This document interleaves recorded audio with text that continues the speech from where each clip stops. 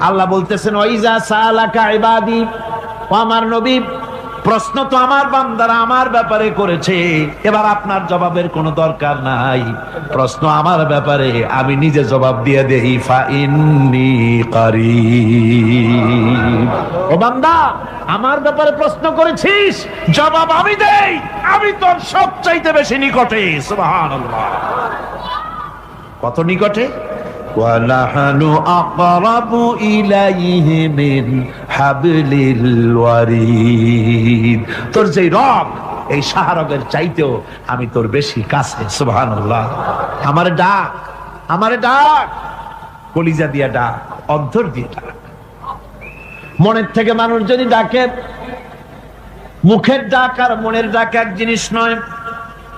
দিল সে জুবাত নিকলতি হ্যায়, असर रखती है पर नहीं